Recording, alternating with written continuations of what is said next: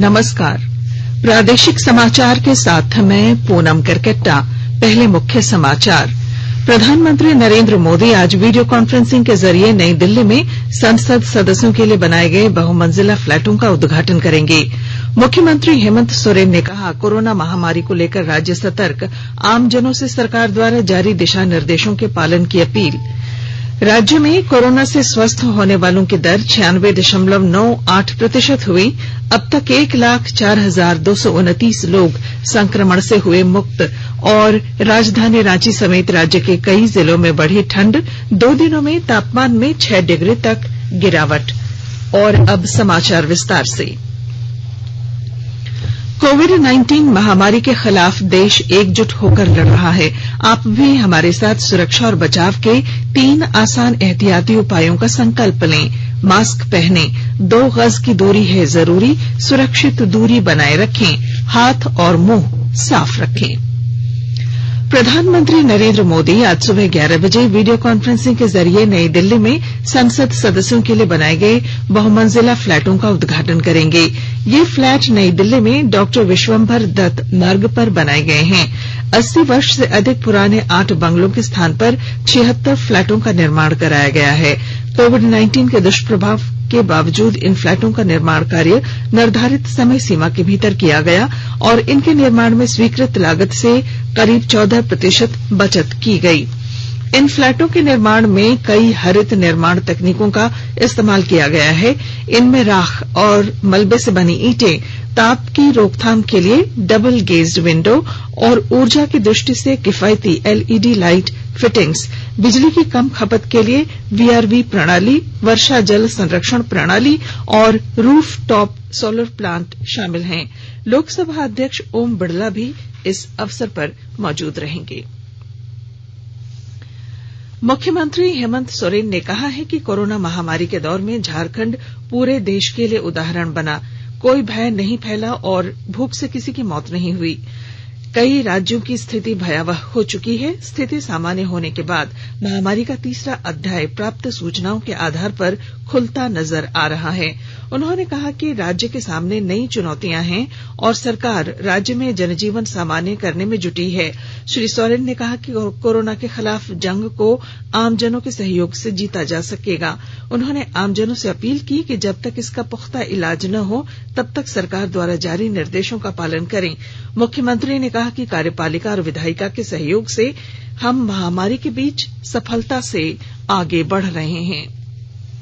देश में कोविड-19 के 45,000 से अधिक नए मरीजों के साथ संक्रमण के कुल मरीजों की संख्या बढ़कर 90,95,807 हो गई है। स्वास्थ्य मंत्रालय ने बताया है कि पिछले 24 घंटों में हुई 501 मौत को मिलाकर इस महामारी से देश में अब तक मरने वालों की संख्या 1,33,227 हो गई है। देश में स्वस्थ होने वालों की दर में सुधार आया है और यह 93.69% हो गई है। पिछले 24 घंटों में 43,493 लोगों को इलाज के बाद छुट्टी दी गई और इस तरह कुल 85,21,617 लोग संक्रमण से ठीक हो चुके हैं। राज्य में पिछले 24 घंटों में 137 नए कोरोना पॉजिटिव मरीज मिले हैं। वहीं कोरोना से 272 मरीज ठीक हुए हैं, जबकि 5 मरीजों की मौत हुई है। स्वास्थ्य विभाग के अनुसार कुल संक्रमितों की संख्या बढ़कर 1,07,469 हो गई है। वहीं 2,289 सक्रिय मामले हैं। इसके अलावा 1,04,229 मरीज ठीक भी हुए हैं, जबकि अब तक 951 मरीजों की मौत हो चुकी है। राज्य में कोरोना से स्वस्थ होने की दर बढ़कर 96.98% हो गई है। अब तक 39 लाख से अधिक कोविड नमूनों की जांच की जा चुकी है। जामताड़ा जिले में कोरोना संक्रमण के प्रसार पर विराम लगाने को लेकर जिला प्रशासन और स्वास्थ्य विभाग द्वारा सभी आवश्यक कदम उठाए जा रहे हैं। शहरी और ग्रामीण क्षेत्रों में निर्धारित स्थलों पर लगातार जांच शिविर का आयोजन कर लोगों की जांच की जा रही है। विस्तृत जानकारी दे रहे हैं हमारे जामताड़ा संवाददाता।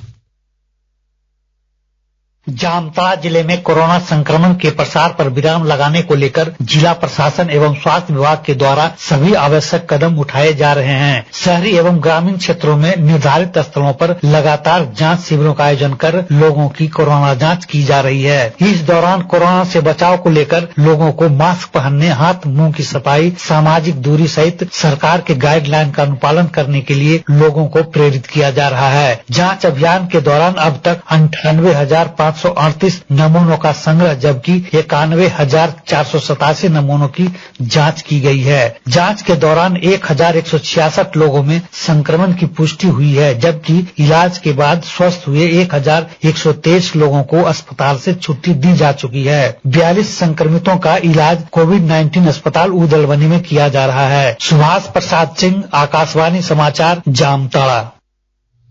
कोरोना संक्रमण का इलाज करा रहे पूर्व मंत्री ओपी लाल का कल रांची के रिम्स में निधन हो गया। बाघमारा विधानसभा क्षेत्र के पूर्व विधायक, कांग्रेस के वरिष्ठ नेता और एकीकृत बिहार में मंत्री रह चुके ओपी लाल के निधन पर मुख्यमंत्री हेमंत सोरेन ने दुख व्यक्त किया है। मुख्यमंत्री ने दिवंगत आत्मा की शांति और शोक संतप्त परिजनों को दुख सहने की शक्ति की ईश्वर से प्रार्थना की है। प्रदेश कांग्रेस अध्यक्ष सह राज्य के वित्त और खाद्य आपूर्ति मंत्री डॉक्टर रामेश्वर उरांव सहित अन्य नेताओं ने भी उनके निधन पर शोक व्यक्त किया है। आकाशवाणी के ताजा तरीन समाचारों के लिए आप हमारी वेबसाइट newsonair.com पर लॉग ऑन कर सकते हैं। ताजा समाचार Twitter handle @AIR News Alerts और Facebook page all India radio news पर भी उपलब्ध है।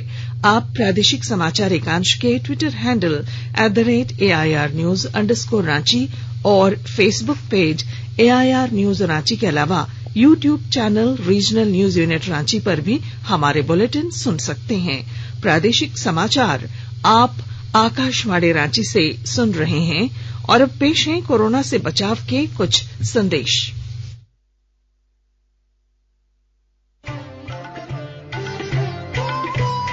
कोविड-19 से बचाव और सुरक्षित रहने के 3 उपाय। मास्क लगाएं, 2 गज दूरी है जरूरी, सुरक्षित दूरी रखें, हाथ और मुंह साफ रखें।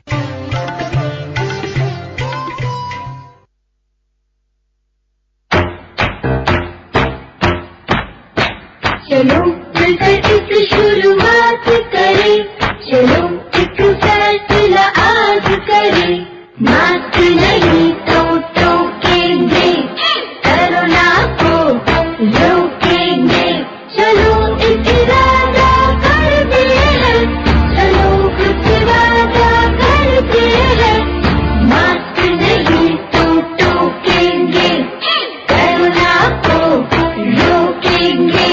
भारत सरकार द्वारा जनहित में जारी। प्रादेशिक समाचार में आपका फिर स्वागत है। देश में खरीफ मौसम 2020-21 के लिए धान की खरीद सुचारू रूप से चल रही है। उपभोक्ता मामले, खाद्य और सार्वजनिक वितरण मंत्रालय ने बताया कि अभी तक 297 लाख टन से अधिक धान की खरीद की जा चुकी है। इससे पिछले वर्ष की इसी अवधि में 252,69,000 टन धान की खरीद की गई थी। इस वर्ष धान की खरीद में 17.73% की वृद्धि हुई है। बयान में कहा गया है कि कुल खरीद में 201,73,000 टन धान केवल पंजाब से खरीदा गया है। यह कुल खरीद का 67.8% है। खरीफ मौसम में अभी तक करीब 26,15,000 किसानों को 56,168 करोड़ रुपए से अधिक का भुगतान किया जा चुका है। मूल्य सहयोग योजना के तहत 55 लाख टन से अधिक दलहन और तिलहन की खरीद की मंजूरी दी गई है। देश के 10 श्रमिक संगठनों ने 26 नवंबर को एक दिवसीय देशव्यापी हड़ताल का आह्वान किया है। यह हड़ताल कोयला, बिजली, इस्पात जैसे औद्योगिक संस्थानों सहित बैंक, बीमा जैसे प्रतिष्ठानों में भी रहेगी। भारतीय मजदूर संघ इस हड़ताल में शामिल नहीं है।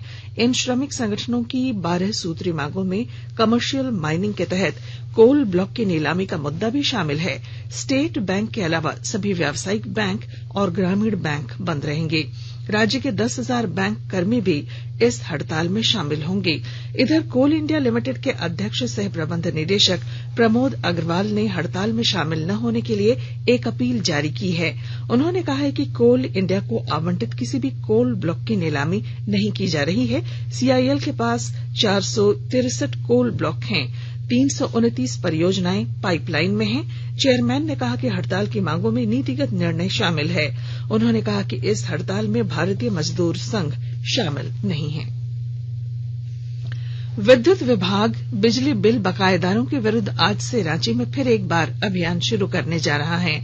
जेबीवीएनएल के मुख्य अभियंता और जीएम पीके श्रीवास्तव ने बताया कि इसे लेकर 105 टीमों का गठन किया है।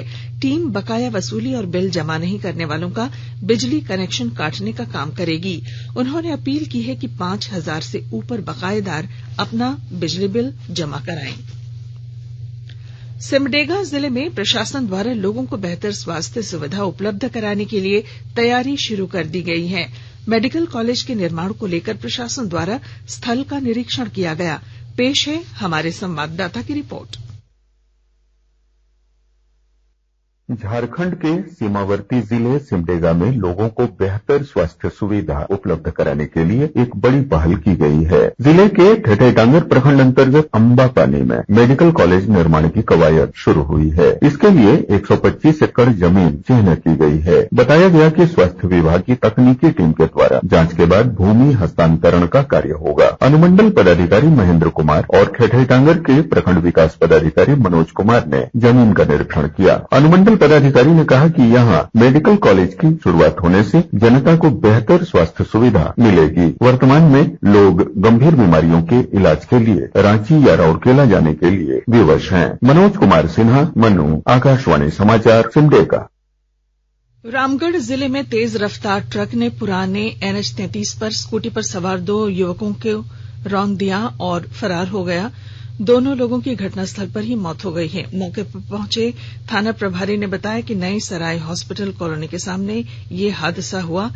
हादसे के विरोध में ग्रामीणों ने सड़क जाम कर दिया। पुलिस के समझाने बुझाने पर लोग शांत हुए और जाम हटाया जा सका।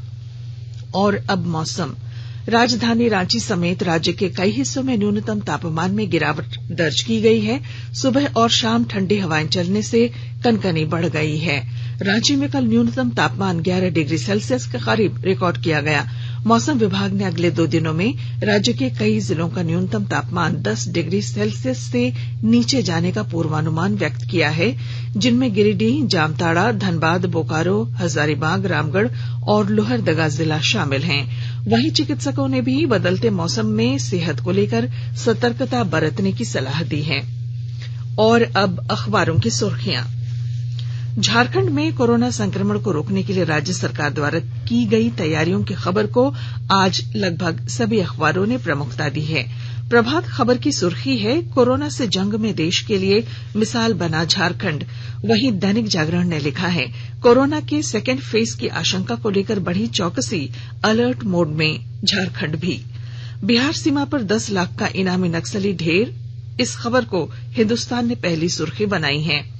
दिसंबर तक आ सकती है कोरोना की दूसरी लहर, 24 के बाद घर घर जांच, इस शीर्षक के साथ दैनिक भास्कर ने त्योहारी सीजन खत्म होने के बाद अब मरीज बढ़ने की आशंका की खबर को पहले पन्ने पर जगह दी है।